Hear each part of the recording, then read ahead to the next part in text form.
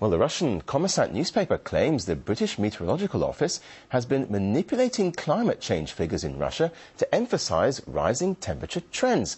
Well, to discuss these allegations, I'm joined by RT's Laura Emmett in Copenhagen. Laura, hello to you. How is the British Meteorological Agency supposed to have allegedly manipulated the data?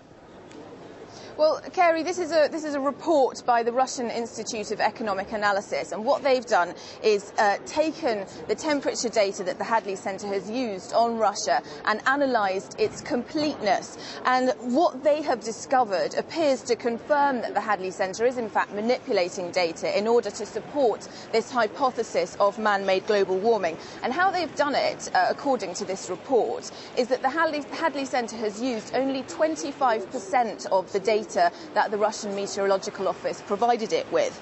So that's more than 40% of the Russian territory that wasn't included in the Hadley Centre's calculations at all. So that's 40% of the territory not included, and not because there were no meteorological stations in that area, but because of other reasons.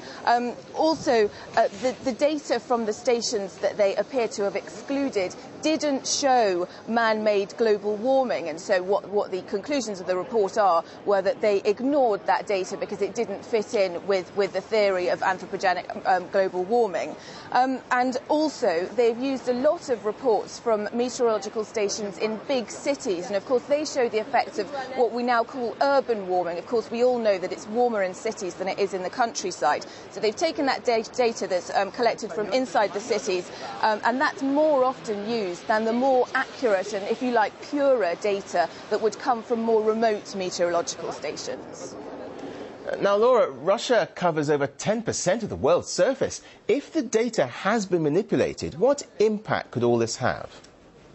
Well, we can only imagine, Kerry, really, but this whole climate change conference behind me is based on data that comes from the Hadley Centre and from the Climate Research Unit at the University of East Anglia. Now, we all know about that email scandal that erupted a month ago.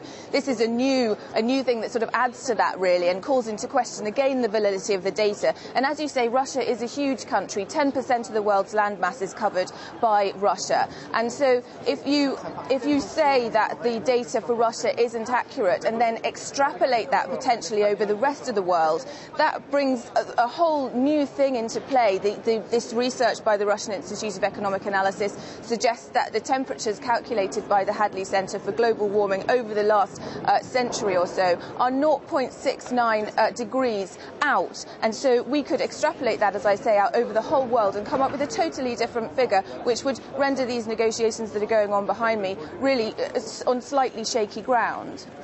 Now, of course, the Russian President Dmitry Medvedev is heading to the UN climate conference in Copenhagen. What's been Russia's stance on climate change at the conference so far, do we know?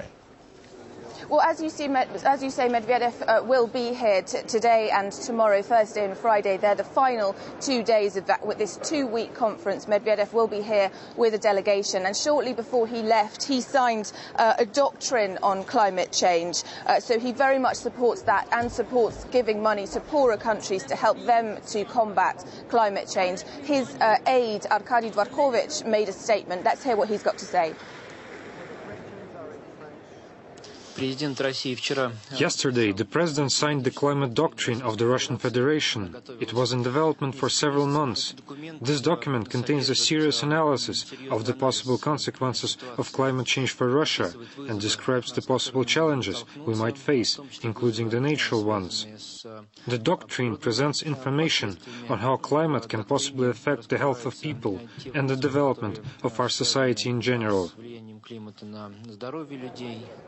So if there is a document to be signed here at Copenhagen at the end of the day, which is also in doubt, then Medvedev will be one of the signatories to it, we can only assume. And he's also, as I say, pledged to help poor countries to invest in greener technology to the tune of not more than $200 million. OK, Laura Emmett, live in Copenhagen for now. Thanks for that.